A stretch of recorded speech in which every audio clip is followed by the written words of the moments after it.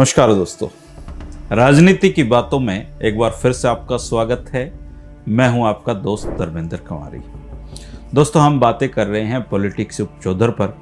Politics उपचौधर को doctor Satish Tyagi ji ने लिखा है और ये हरियाणा की पॉलिटिकल यात्रा को समझने के लिए बहुत बेहतरीन किताब है। आज की इस वीडियो में दोस्तों हम आर्य समाज को स्थापित करने वाले 3 व्यक्तियों के बारे में तो जानेंगे ही, इसके साथ हरियाणा और कांग्रेस की कहानी कैसे शुरू होती है इसको भी समझने की कोशिश करेंगे कि कैसे कांग्रेस हरियाणा तक पहुंची। दोस्तों, आज का हरियाणा नेताओं और कार्यकर्ताओं का हरियाणा है, लेकिन ये जो पॉलिटिकल अवेयरनेस हरियाणा में आई है इसको आने में 1 सदी का समय लगा है। 1857 की क्रांति के दौरान हरियाणा के बहादुर लोगों ने अंग्रेजों को यह एहसास बखूबी करा दिया था कि आज़ादी के लिए वो किसी भी हद तक जा सकते हैं। हरियाणवी जनता के विद्रोही तेवर फिरंगी राज के लिए बड़ी चुनौती बने थे। इसलिए जब देश में कंपनी राज की जगह ताज का राज आया तो ब्रिटिश सरकार ने इस इलाके में भविष्य में किसी भी संभावित विद्रोह को पनपने देने के लिए अपनी तरफ से जो कोशिशें वो कर सकते थे वो उन्होंने कोशिशें की और काफी हद तक उन कोशिशों में वो सफल भी रहे। हरियाणवी क्षेत्र के देहाती किसान तबके को राज के प्रति वफादार बनाए रखना अंग्रेज सरकार का सबसे अहम एजेंडा था। आगे चलकर अंग्रेजों को अपनी इन कोशिशों में भारी सफलता भी मिली और इसका नतीजा ये हुआ कि जो देशव्यापी राष्ट्रीय आंदोलन था, या जिसे कांग्रेस का आंदोलन आप कह सकते हैं, वो हरियाणा में अपने लिए कोई जमीन नहीं बना सका। मुख्यतः शहरी इलाकों और ब्राह्मण और वैश्य जाति समूह तक की कांग्रेस के राष्ट्रीय आंदोलन का हरियाणा क्षेत्र में सीमित सा प्रभाव रहा। आर्य समाज से प्रभावित जाट समुदाय का एक छोटा सा हिस्सा भी राष्ट्रीय आंदोलन का हिस्सा रहा। और असल में अगर आप इसको बहुत व्यापक तरीके से देखें तो असल में आर्य समाज और कांग्रेस ने ही हरियाणवी इलाके में राजनीतिक चेतना की अलग जगाने का काम भी किया। हरियाणा में राजनीतिक व सामाजिक चेतना का सूर्योदय अगर आप कहें तो इसको आर्य समाज के इस क्षेत्र में आने के बाद ही ये हुआ। और बेशक आर्य समाज हिंदू समाज के पुनर्जागरण का आंदोलन था, लेकिन स्वामी दयानंद सरस्वती जिन सिद्धांतों को लेकर चले थे उसके राजनीतिक निहितार्थ जो थे वो भी जग जाहिर थे। इसके अलावा अंग्रेज सरकार भी आर्य समाज को केवल सामाजिक सुधार आंदोलन के रूप में कभी नहीं मानती थी। वो इस पर गहरी नजर रखती थी, इसकी गतिविधियों को देख रही थी। अंग्रेज तो आर्य समाज को अपने शासन के लिए बड़ा खतरा भी मानते थे, क्योंकि स्वामी दयानंद सरस्वती ईसाईयत के खिलाफ जमकर आग उगल रहे थे। और आर्य समाज का उद्भव वैसे तो गुजरात में हुआ दोस्तों, लेकिन उसके जो पनपने का काल है या पनपने की जो भूमि है उसके लिए पंजाब सबसे अनुकूल सिद्ध हुआ। और इसकी बड़ी वजह यह रही कि पंजाब में हिंदू धर्म उन दिनों बहुत ही नाजुक हालात से गुजर रहा था। लंबे समय से विदेशी हमलों और अप्रवासन का राज्य के लोगों पर सांस्कृतिक एक प्रभाव जो था वो बहुत गहरा पड़ा था और लोगों में एक खास किस्म का लचीलापन, अनुकूलशीलता विकसित हो गई। और उसका नतीजा ये हुआ कि जाति प्रथा काफ़ी हद तक यहाँ कमज़ोर पड़ गई। सांप्रदायिक उन्माद की गैर मौजूदगी की वजह से हिंदू, मुस्लिम और सिखों के बीच भले ही पूरी तरीके से समरसता उस समय या सामंजस्य उस समय ना रहा हो, लेकिन आमतौर पर सामाजिक और धार्मिक सौहार्द इस इलाके में हमेशा उस दौर में बना रहा। विद्वान लेखक थॉरबर्न ने यह स्वीकार किया है कि मुस्लिम बहुल झेलम जिले में भी तीनों धर्मों के लोग उस समय शांतिपूर्वक रहा करते थे और उनमें किसी भी स्तर का, धार्मिक स्तर पर स्थिरता का भाव नहीं होता था। हिंदू किसी विरोध या प्रतिशोध का सामना किए बिना इस्लाम अथवा सिख धर्म अपना लेते थे, जबकि ईसाई मिशनरीज द्वारा धर्म परिवर्तन के काम में तेजी आई तो आर्य समाज ने इसको चुनौती के रूप में लिया। और इसी के साथ स्वामी दयानंद सरस्वती ने 1877 में पंजाब सूबे में अपनी पहली दस्तक दी। उनका मकसद धर्म परिवर्तन की प्रक्रिया को रोकना था। स्वामी दयानंद के नेतृत्व में आर्य समाज ने पूरी ताकत से ईसाईयत पर हमला बोला और इसका नतीजा ये हुआ कि आर्य समाज की पहचान अंग्रेज विरोधी संगठन के रूप में भी धीरे धीरे करके बनने लगी। इसी के साथ आर्य समाज ने मुस्लिम और सिख धर्म के खिलाफ भी अपना मोर्चा खोल दिया। मूर्ति पूजा और कर्मकांड विरोधी होने की वजह से हिंदुओं का सनातनी धड़ा आर्य समाज के खिलाफ होता था। पिछले दिनों मैंने एक चर्चा पढ़ी थी कि कैसे जो आर्य समाजी थे वो सनातन धर्मियों को चुनौती दिया करते थे शास्त्रार्थ करने की, और पंजाब की अपेक्षाकृत शांत हवाओं में सांप्रदायिकता जो थी उसमें तब फैलने लगी थी। शहरी क्षेत्रों में हिंदू और मुसलमानों के बीच तनाव बढ़ने लगा, जो सेक्टेरियन प्रेस के माध्यम से सामने आता था, और यह संघर्ष गौ हत्या और मस्जिदों के निकट संगीत बचाने जैसे मुद्दों पर भी उस समय केंद्रित हो गया था। इन मुद्दों को लेकर सांप्रदायिक झगड़े होने लगे, लेकिन ब्रिटिश प्रशासन ने सांप्रदायिक दंगों को नियंत्रित करने तथा न होने देने के लिए कोई खास कोशिशें नहीं की।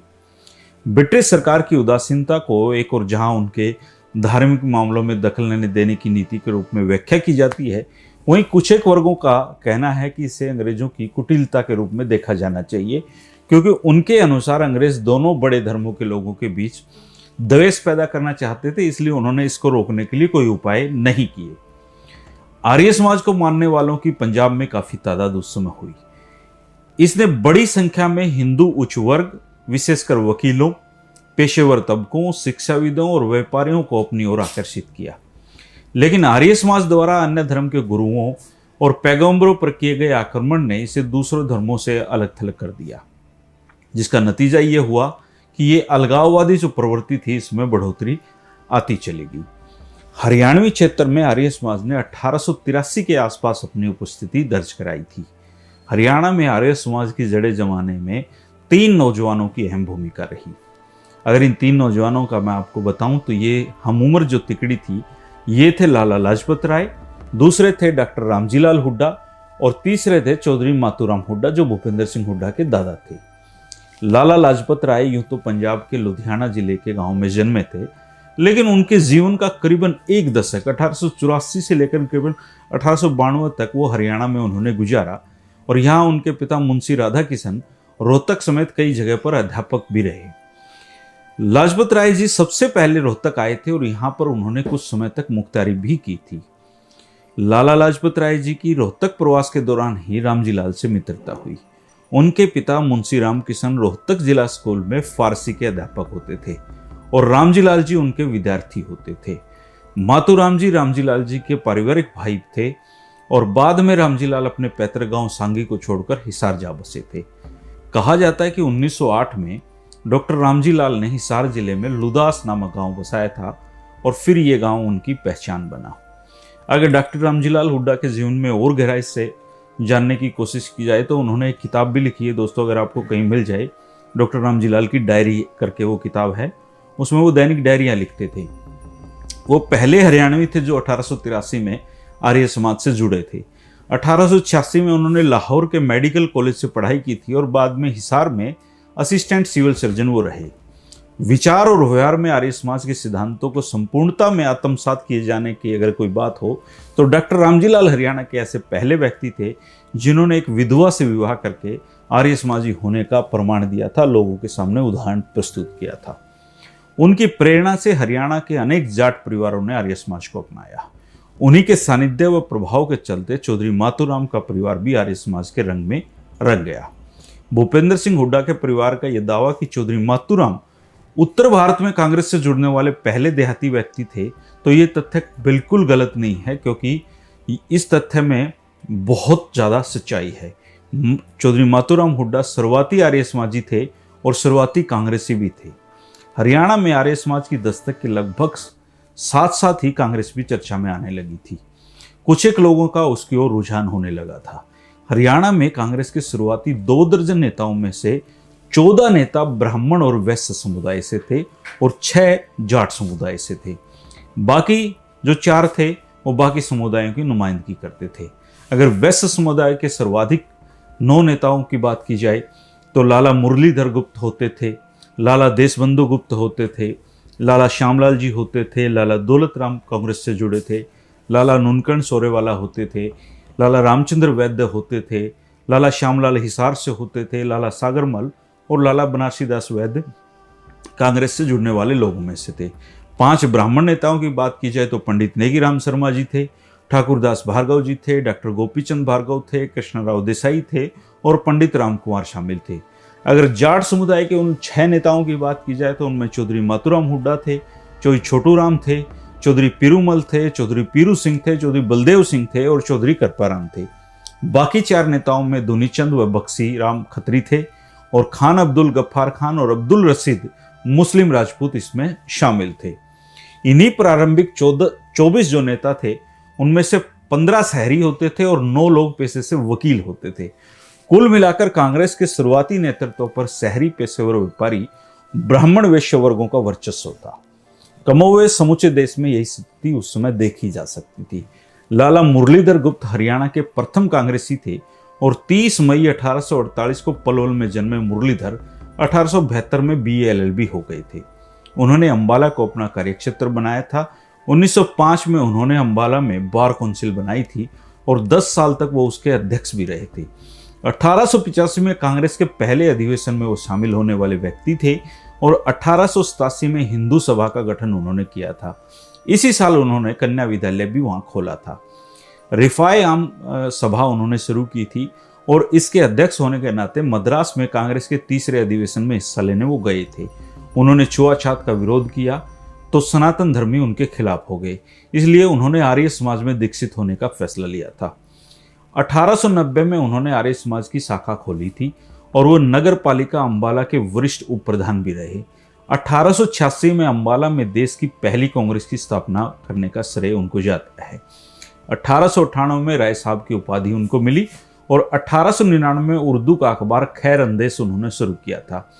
1920 में उन्होंने अंग्रेजों को राय साहब की उपाधि वापस लौटा दी थी और 25 अप्रैल 1922 को उनका निधन हो गया था। मुंबई में 28 से 31 दिसंबर 1885 को आयोजित कांग्रेस के सबसे बड़े अधिवेशन में देश भर के कुल 72 प्रतिनिधियों ने हिस्सा लिया था। इनमें बंबई प्रेसिडेंसी के 38, मद्रास प्रेसिडेंसी के 21 और बंगाल के 3, उत्तर प्रदेश अवध के 7 और पंजाब के 3 प्रतिनिधि इसमें शामिल हुए थे। पंजाब के अगर 3 प्रतिनिधियों की बात की जाए तो उसमें हरियाणवी क्षेत्र से लाला मुरलीधर शामिल हुए थे जो अंबाला से थे, मुरली ज्वाला प्रसाद जी अंबाला से शामिल हुए थे और लाला मुरलीधर द ट्रिब्यून के प्रतिनिधि के रूप में शामिल हुए, जबकि मुंशी ज्वाला प्रसाद वकील की हैसियत से उसमें शामिल हुए।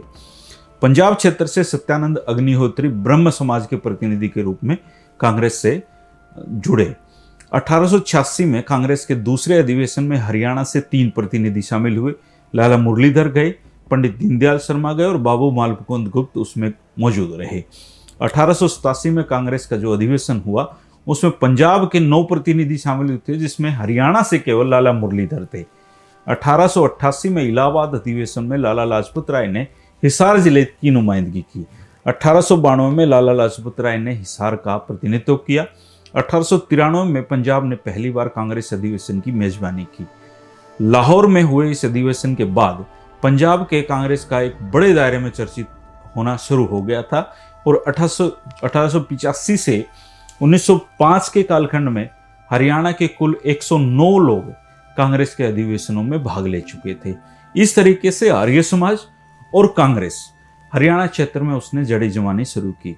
लेकिन यह भी सच्चाई है कि हरियाणा में कांग्रेस का जो राष्ट्रीय आंदोलन था वो बहुत ज्यादा मौजूदगी नहीं बना पाया, क्योंकि बाद में यूनिस्ट पार्टी यहाँ एक छत्र पार्टी बन के रह गई, जिसने जो शहरी थे उनको एक हाशिए पे धकेल दिया और देहातियों की सिरमौर पार्टी वो बन गई थी और बहुत लंबे समय तक फिर यूनिस्ट पार्टी का यहाँ पर प्रभाव रहा। लेकिन आर्य समाज की कहानी और कांग्रेस की शुरुआती कहानी हमारे लिए जानना इसलिए भी बहुत जरूरी है दोस्तों कि हमें कांग्रेस का या आर्य समाज का इतिहास भी यहाँ पता होना चाहिए। डॉक्टर रामजी लाल खासकर वो व्यक्ति हैं जिन पर अगर यहाँ हरियाणवी क्षेत्र से लोग जितना भी रिसर्च करें बहुत कम है। बहुत पहुंचे हुए ऊंचे दर्जे के व्यक्ति वो थे और कांग्रेस का शुरुआती इतिहास हमने जाना है। आगे की जो पॉलिटिकल यात्रा है दोस्तों अगले वीडियो में आती रहेगी। आप अपने सुझावों से मुझे अवगत करवाते रहें। वीडियो में जरूर कमेंट किया करें आपको वीडियो अच्छे लग रहे हैं या कुछ बदलाव करने की जरूरत है। अगर कोई ऐसा सुझाव है वो भी जरूर बताया करें दोस्तों। जो साथी नए जुड़े हुए हैं वो चैनल को लाइक करें, सब्सक्राइब करें, यहाँ पे बेल आइकन दबा दें ताकि आपको वीडियो के नोटिफिकेशन दिखाई दें। इसके अलावा जो पुराने साथी हैं उनको सब पता है पॉलिटिक्स ऑफ चौधर की ये जो सीरीज है इसका ये 9वां 10वां वीडियो है। बाकी वीडियो आपको पॉलिटिक्स ऑफ चौधर प्लेलिस्ट में आप जाएंगे तो वहाँ पर सारे वीडियो आपको देख जाएंगे। पिछले ना देखे हो तो आप वहाँ भी जाके देख सकते हैं। डिस्क्रिप्शन में भी कुछ वीडियो के लिंक है, वहाँ जाकर भी आप इनको देख सकते हैं। कल फिर मिलेंगे 3 बजे। शुक्रिया, नमस्कार।